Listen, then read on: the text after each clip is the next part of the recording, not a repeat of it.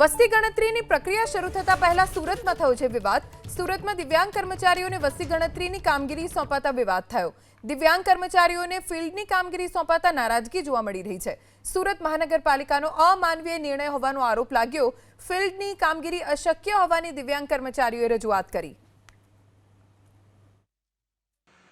વિકલાંગ ધારો 2016 election commission તેમજ સુપ્રીમ કોર્ટના ઘણા જજમેન્ટના આધારે દિવ્યાંગજનોને વસ્તી ગણતરીમાંથી છૂટ આપવી તેવી વાત ઓન પેપર પર છે।